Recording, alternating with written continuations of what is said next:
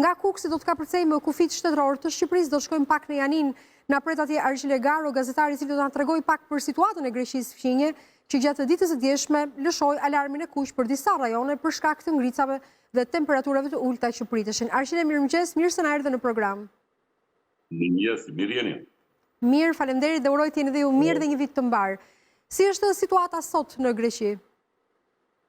Sot këtu në Janin situata është normale, domethënë, por dje pati rreshje shumë të mërshme në Athinë, nuk e di nëse i data ato planet atje, dhe pati dhe 2 të vdekur. E kuptoj. Një grua të cilën e mori e rëmbeu ujë në një tapjet në Glifat të Athinës, dhe një makinë e cila ishte pa shofer, domethënë, e bllokoi dhe e vrau gruan. Gjithashtu pati dhe një viktim tjetër, një marinar, i cili vajti të ndihmonte për të lidhur anijet në breg të detit dhe mori dalga. Kështu që kjo kohë u shoqërua me rreshje të fuqishme dhe me erra të fuqishme.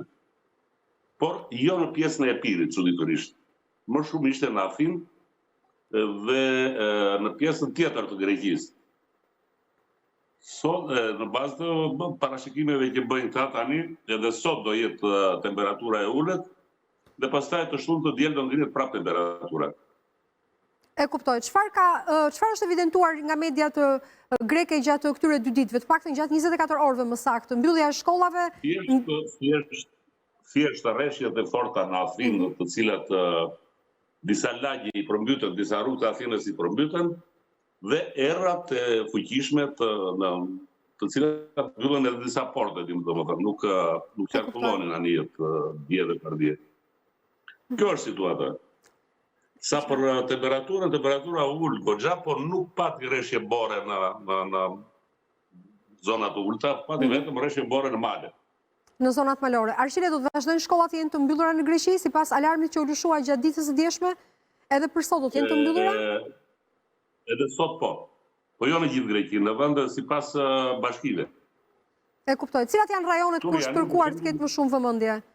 Cilat janë rajonet ku është kërkuar të ketë kujdes? Afina është pjesa më e shumë, dhe kurse këtu në Janin shkollat nuk u mbyllen fare, janë të hapura. E kuptoj, pra duket që nuk ka patur problematika. Si parashikohet të jetë fundjava, Argjile? Çfarë thot shërbimi meteorologjik grek në këtë rast? Si parashikohet të jetë fundjava, ditët në vazhdim? Sot të shtunë të diel do ngrihet temperatura dhe do normalizohet gjendja situata. Çu kanë parashikuar këta meteorologët? E kuptoj. Megjithatë, Greqia ende në disa rajone nuk e ka hequr alarmin e kuq, çka do të thotë se vendi është ende në gatishmëri? Nuk e ka hequr alarmin e kuq në pjesën më të madhe të, sidomos në Athinë, aty pati, sepse të mos harrojmë që zjarret e Bearit kanë dojën pemët në përmale dhe nuk ka si përmbahet ai uji. Sigurisht.